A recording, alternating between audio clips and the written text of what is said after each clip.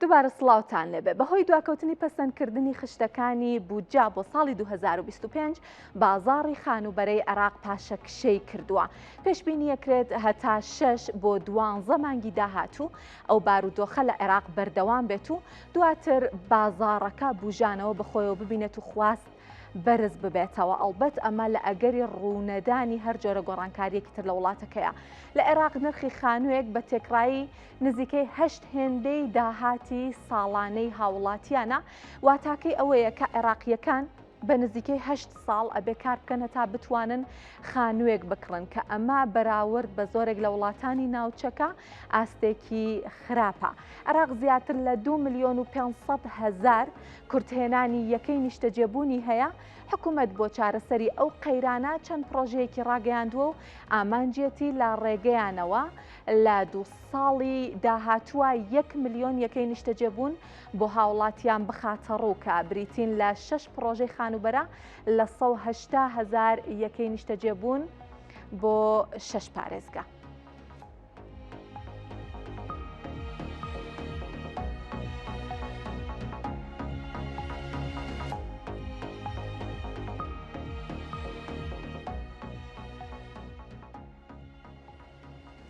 لێرە هەندێک شیکاری ئەەکەین دەربارەی بارودۆخی بازاڕی خانوو لە عێراق، هەڵبەتە نەک بارودۆخی بازاڕەکە بە تایبەتی ئەوەی کە تا چەند هاوڵاتیان دەرەقەتی کڕینی خانوو دێن بەراورد یەکەین لەگەڵ وڵاتانی دەوروبەر و باسێکی هەرێمی کوردستانی شەکەین بێگومان ڕێژەی نرخی خانوو بە داهاتی ساڵانە واتە نرخی خانوویەک ئەمانی کە ئێڵین هەمووی تێکڕاییە، زیاتر و کەمتریش هەیە، باشتر و خراپتریش هەیە، بەڵام ئەم ڕێژەی کە باسیەکەین پێوانەیەکی جیهانیە بۆی کە بزاندرێ هاوڵاتیانی وڵاتێک تا چەند بە ئاسانی دەستیان بە کڕینی خانوو ڕائگا کە ئەمە یەکێکە لە مافەسەرەکیەکانی هەموو هاوڵاتیەک لە هەموو وڵاتێک، واتە نرخی خانوویەک بە تێکڕایی دابەش ئەکرێت بە داهاتی ساڵانە و هەرچەندێک وەڵامی ئەم هاوکێشەیە بێت ئەوە بارودۆخی ئەو وڵاتە دەرەخەجا. ئێستا ئەمەوێ زیاتر بەڕوونی باسی بکەین. لە ناوچەکەیە عمان باشترین بارودۆخی هەیە لەو هاوکێشەیە کەوتم وەڵامەکەی سێیە، واتە نرخی خانوو بە داهاتی هاوڵاتیان سێیە و هاوڵاتیەک ئەگەر 3 ساڵ کار بکات ئەتوانێت خانوویەک بکڕێ و بارودۆخێکی باشی هەیە عمان. دوای ئەو سعودیە دێت کە 3.5 ڕێژەکەی و ئەگەر هاوڵاتێکی سعودی 3 ساڵ و کار بکە ئەتوانێت بێتە خاوەنی خانوویەک. لە دوای سعودیە قەتەرە کە 6 ڕێژەکەیەتی و ئەگەر دیسانەوە هاوڵاتیەک 6 ساڵ کار بکات ئەتوانێت لە قەتەر خانوویەک بکرێت. لە دوای قەتەر کوێیت دێ کە ژمارەکەمان لێرەیە 7 و لە دوای کوێیت ئیمارات دێ کە 7.6 واتە ئەگەر تۆزە زیاتر لە 7 ساڵ و هاوڵاتیەک لە ئیمارات کار بکە ئەتوانێت بێت بە خاوەنی خانووی خۆی و ئەبینین کە ئیمارات و کوێیت و قەتەر و هەموو ئەمانە بارودۆخیان لە عێراق باشترە. هەڵبەتە وڵاتیشمان هەیە کە زۆر لە عێراق خراپترە، باسی ئەەکەین کە وڵاتێکی نزیکیشە. لە دوای کوێیت و ئیمارات ئەفغانستان دێکە لەگەڵ عێراق بارودۆخێکی یەکسانی هەیە. ئەم دوو وڵاتە هەردووکیان وڵاتێکن کە زیانی زۆریان بەرکەوتووە بەهۆی جەنگەوە ڕەنگە ئەمە یەکێک بێ لە هاوکارەکان هەرچەندە عێراق ساڵانێکە کە ئەتوانین بڵین ڕووی ئاشتی و سەقامگیری بەخۆیەوە بینیوە و حەق نییە بارودۆخەکەی ئاوا بێ، بەڵامی تر ناکۆکیەکان بێگومان کاریگەری لەسەر ئابووری دروست کردو. ئەفغانستان و عێراق ژمارەکەیان 8 و هاوڵاتیان ئەم دوو وڵاتە دوای 8 ساڵ کارکردن ئەتوانن ببن بە خاوەنی خانووتمانە هەمووی تێکڕاییە، باشتر و خراپتریش هەیە. هاوڵاتیمان هەیە کە ساڵانێکی زۆر دەرەقەت نایە کە خانوویەکی بۆ خۆی هەبێ و بەوێتیای بحەوێتەوە. لە دوای عێراق تورکیا، یازانین بارودۆخی ئابووری تورکیاش باش نییە کە لە تورکیا ڕێژەکەمان دەیە و هاوڵاتیانی تورکی دوای 10 ساڵ ئەتوانن خاوەنی خانووی خۆیان بن. هندستان 11، پاکستان 4، ئازەربایجان 16، ئێران بارودۆخێکی خراپی هەیە 19 ساڵ ڕەنگە لەوەش خراپتر بێ کە داتاکان باسیەکەن. ئەرمینیا 21 و تورکمانستان 30. هاوڵاتیەکی تورکمانستانی دوای 30 ساڵ کارکردن اینجا ئەتوانێت ئەویش بە ئاسانی ببێتە خاوەنی خانووی خۆی. با داتا و زانیاری زیاتر لەم بارەیە وەربگرین وەکوتم زیاتر بەوردی باسی عێراقەکەین، باسێکی هەرێمی کوردستانی شەکەین. ئەگەر یارمەتی دەرمان بن و کێشە دروست نەبێ زانیاری زیاتر وەرەگرین بزانێکین بارودۆخی عێراق چۆنە. خاوەنی یەکەکانی نیشتەجێبوون لە عێراق 72.15 هاوڵاتیانی عێراقی یەکێکی نیشتەجێبوونی خۆیان هەیە، جا چ خانوو بێت چ شقە بێت کە ئەمەش دوایی لەسەر هەرێمی کوردستان باسی یەکەین کە ئەم سەر و سەدا هەفتایە چۆن خاوەنی خانی خۆیان ئاهی خۆیانن کرێ یا چییە.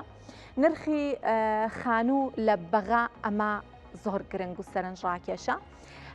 دیارە وەکو پێم وتن عێراق وڵاتێکە کە زیانی زۆری بەرکەوتووە بەهۆی جەنگەوە، بەڵام ئێستا لە کەرتی خانوبەرەشە پاشەکشەیەک هەیە، هەڵاوسان هەیە و خواست زیاترە لە خستنەڕووی یەکەی نیشتەجێبوون وەوە بۆتە هۆیەوەی کە خانوو شقە لە عێراق زۆر گران بێ. لە گەڕەکە دەوڵەمەند نشینەکانی بەغا خانوویەکی 150 مەتری بە تێکڕایی ئەتوانی بە 750,000 دلار بکڕی، واتە ئەگەر بمانێ بیکەینەوە بە زمانێکی بازاڕی بە 75 دەفتەر دلار تۆ ئەتوانی خانوویەک بکڕی. ئەمە زۆرە، زۆر باشاڵین کێشەنیە لە بەرەوەی گەڕێکێکی دەوڵەمەند نشینە. بەڵام لە گەڕەکە هەژار نشینەکان کە ئەڵێن بارودۆخی ژیانیش لەو گەڕەکانە هیچ باش نییە، تۆ توانی خانوویەکی 150 مەتریت هەبێت بە تێکڕایی بە 14 دەفتەر دلار. وامە ڕەنگە بە لە بەرچاوگرتنی بارودۆخی دارایی هاوڵاتیان کەم کەس دەرەقەتی کڕینی ئەوە بێت کە هەڵبەتە ئەڵێن ئەمە تێکڕاییەکەیەتی و خانوو هەیە لە گەڕەکە دەوڵەمەند نشینەکان باسی 1 ملیۆن دلاری ئەکرێ بۆ نرخەکەی. هۆکارەکانی گرانی خانوبەرە لە عێراق ئابەم شێوەیە یەکەمیان ناهاوسەنگی هەیە لە خواست و خستنەڕوو، واتە خواستی هاوڵاتیان هەموو بازاڕەکانی جیهان پەیڕەوی ئەم هاوکێشەی خواست و خستنەڕوە ئەکەن. هەرچی خواست زیاتر بێ و ئەگەر خستنەڕوەکە خواستەکە پڕ نەکاتەوە نرخەکەش بەرز ئەبێتەوە. ئەمە یەکێک لە هۆکارەکانی گرانبوونی بازاڕی خانوبەرەی عێراقا. بەرزبوونەوەی تێچووەکانی بیناسازی هۆکارێکی ترە، هەڵاوسان و گرانبوونی دروستکردنی بینایەک و خانوویەک ئەبێتە هۆیەوەی کە گرانتر بکەوێت لەسەر هاوڵاتیان و ئەوەژە بێتە هۆی ئەوەی کە هاوڵاتی کەمتر بتوانن سوود لە کڕینی خانوو ببینن. و سپیکردنەوەی پارەش لە کەرتەکە هۆکارێکی ترا لە عێراق شاراوە نییە کە بەدەست گەندەڵیەوە ئەناڵێنێ و ئەم کەرتەش زۆر جار بۆ سپیکردنەوەی پارە لە عێراق بەکارهێنرێت کەەوە یەکێکە لە هۆکارەکانیەوەی کە نرخەکەی دانابەزێەوە بەردەوامیش بەرزبوونەوە تۆمارەکات. لە هەرێمی کوردستان لە سەدا زیاتر لە سەدا هەفتەی هاوڵاتیان خاوەنی یەکەیەکی نیشتەجێبوونن و نرخی خانوو لە بەرەوەی کە لە عێراقا بەس بەغامان وەرگرت بوو، لە هەرێمی کوردستانیش بەس هەولێرمان وەرگرتووە وەکو پایتەخت کە لە ناوەندی شارە بە 16 دەفتەر دلار 160,000 دلار ئەتوانی خانوویەکی 150 مەتریت هەبێ. لە دەرەوەی شاریش بە نزیکەی 10 دەفتەر دلار ئەتوانی خانوویەکت هەبێ. وەکو وتمان هەموو ئەم نرخانە تێکڕاین و بێگومان کەمتر لەوە و زیاتر لەوەش هەیە. بازانیاری زیاتر هەر دەربارەیەم بابەتە وەربگرین بزانێکین بەپێی پارێزگاکان بارودۆخی هاوڵاتیان چۆنە لەوەی کە خاوەنی خانوو یا شوقی خۆیان بن و لە سەدا چەندی هاوڵاتیان لە خانووی خۆیانان لە سەدا چەندیان لە خانووی کرێیان. ئەگەر هاوکارانم بتوانن زانیاری زیاترمان بنێ بێگومان زیاتر باسیەکەین و شیکاری بۆکەین. بەڵێ خاوەندارەتی خانوو لە هەرێمی کوردستان ئابەم شێوەیە وەکو وتمان بە پێی پارێزگاوە بە جیاکاریەوەی کە چەندیان خاوەنی خانوون و چەندیان کرێ چین. خاوەن خانووەکان لە 62.13 هاوڵاتیان پێک ئەهێنن کە هەولێر لە 167 هاوڵاتیان خاوەنی خانوون لە سلێبمانی و هەڵەبجە لە 172.7 و لە دهۆکیش لە 172.7 هاوڵاتیان خاوەنی خانووی خۆیانن. ئەوانە کە کرێکی خەڵکن واتە یەکەیەک یا خانوویەکیان لە هاوڵاتیانی تر بەکرێ گرتووە لە 102.44 هاوڵاتیانن کە لە هەولێر 125 لە سلێمانی 117 و لە دهۆکیش 120.94 ئەو کرێچیانە پێک ئەهێنن کە خانوو یا شوقا یەکێکی نیشتەجێبوونیان لە هاوڵاتیان بەکرێ وەرگرتووە بەکرێیان گرتووە. زانیاری زیاتر بە وەربگرین هەر لەم بارەیەوە.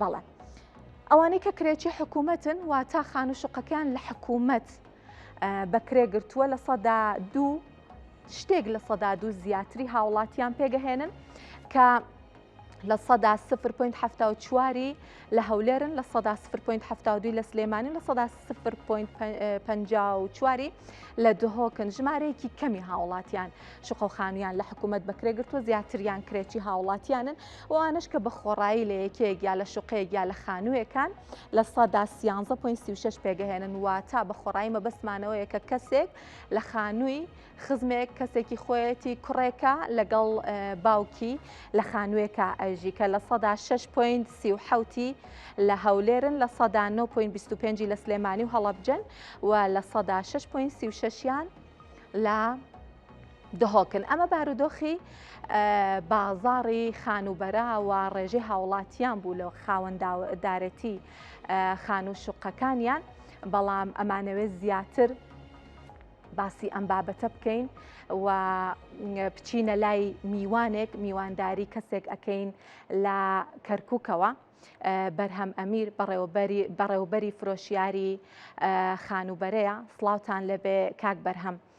سەرەتا بەوە دەست پێ بکەین باسێکی بازاڕی خانوبەرەمان بۆ بکە، بارودۆخی چۆنە، ئایا لە ئێستاە بازار خەوتووە یا جوڵەی تایە و کڕین فرۆشت نەکرێت؟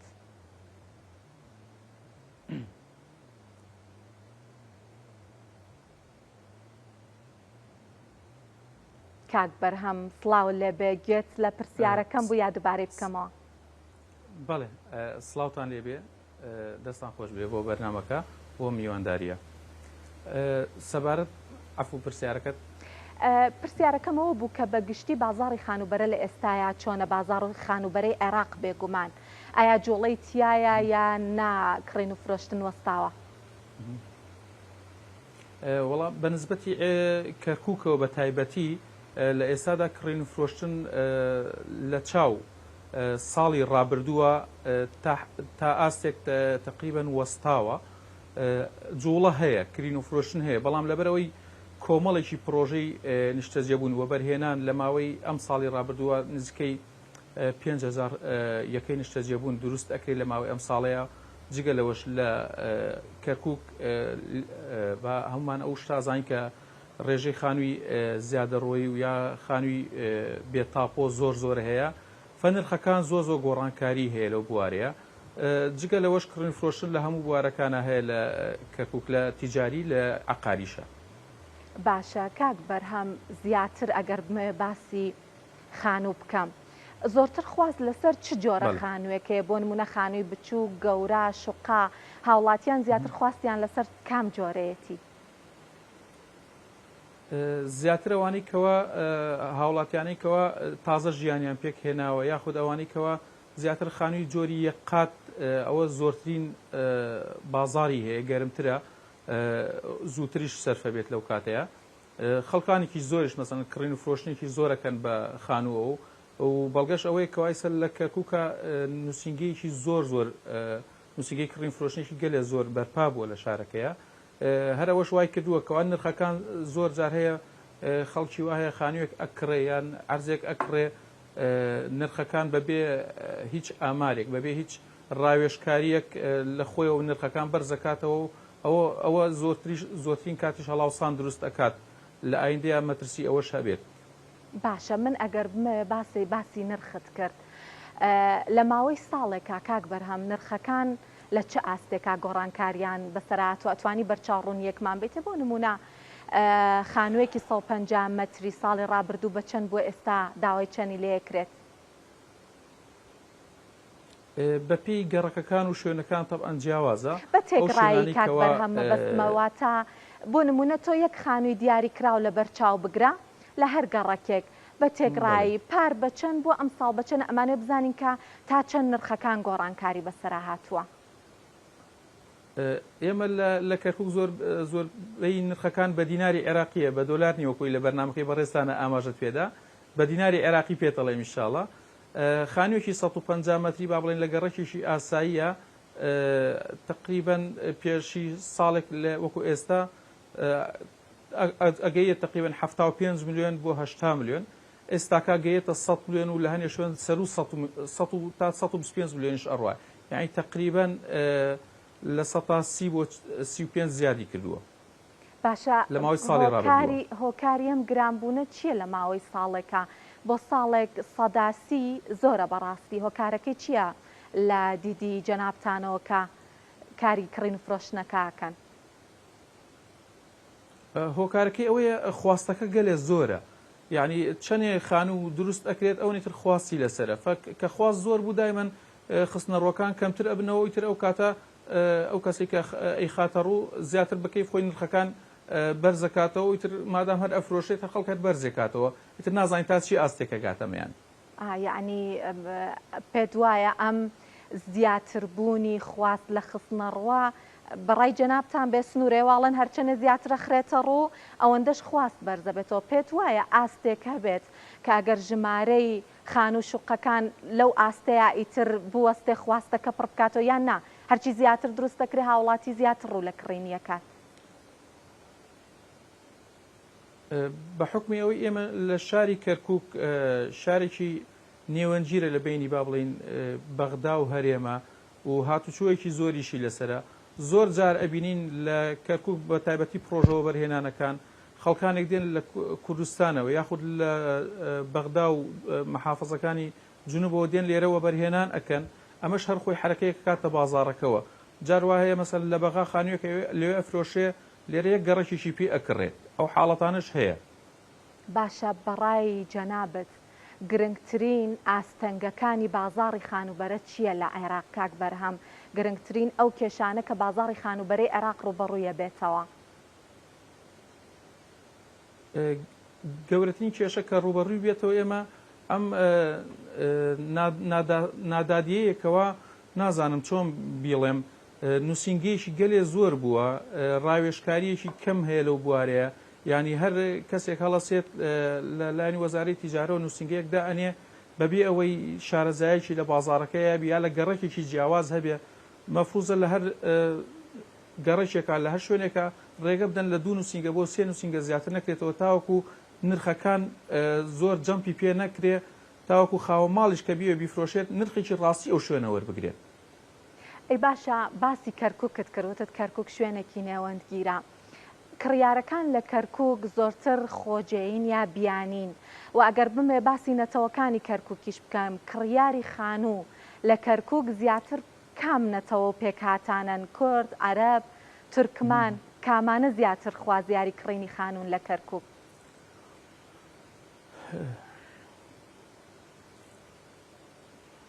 بە نسبەتی خانۆکانی کەرکووکەوە وەڵی هەمووی هەر کڕین و فرۆشتنی پێوە ئەکرێت، بەڵام ئەوەی کەوا دیارە لە ناو خەڵکی کەرکووکە دایمەن تورکمانی کەرکووک خانووی تاپۆ نەبێ نایکڕن، عەرەبیش ئەگەر ئەوانەی کەرکووک بنیان ئەوانەی لە جنوبەوە دێن پارەیان زیاتر پێ بەڕاستیەکەی.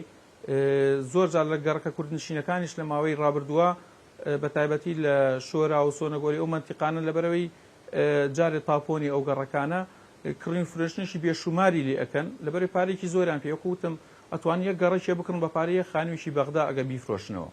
فئەوە هەیە گەڕەکە کوردەکانیش بە هەمان شێوە کڕین فرۆشتنی تێیە، بەڵام کوردی خۆمان زۆر جار مەسەن ئەگە بیەوە بەرهێنان بکە زۆر جار دێ بۆ سلێمانی یا هەولێر لەوێ پرۆژەیەک لە پرۆژەیەکان نیشتە جێبوون لەوێ خانوو ئەکرێت وەک لەوەی لە کەرکووک بیکات. باشە کاک بەرهەم من ئەگەر وەکو کڕیارێکی خانوو بمێ ڕاوێژت پێ بکەم بڵێم کاک بەرهەم ئایا ئێستا کاتێکی گونجاوە بۆ کڕینی خانوو یان نا چیم پێ ئەڵێ ئایا بیکڕم یان نا چاوەڕێ بکەم تاوەکو کاتەکە گونجاوترە بێت؟ بە نسبەتی مڵک ئەگەر تو بۆ ئیستثمارت بێت هەموو کاتێک گونجاوە، ئەگەر بۆ نیشتەجێبوون تیژبێ ئەوە بە پێی پێویست و بە پێی ئەوەی کەوا کە هەتە. بەڕاستیەکەی ئێستێمە لە شاری کەرکووکە لەم کاتەیە ئێستاکە گەیشتە تۆپ تقریبن، یعنی نرخەکان لەوە زیاتر تەحمل ناکا بەرز بێتەوە، ینی سعی مەترێکی تیجاری بابڵیان خانوویشی لە تۆپ شوێنی کەرکووکە گێتە تقریبا 1,500,000 دینار لەوە زیاتر بەرز نابێتەوە کەرکووک ئەوە نەهات تەحمل ئەکا. باش سپاس بەرهەم ئەمیر بەڕێوەبەری فرۆشیاری خانوبەرە لە کەرکووکەوە کە لەگەڵمان ئامادە بوون.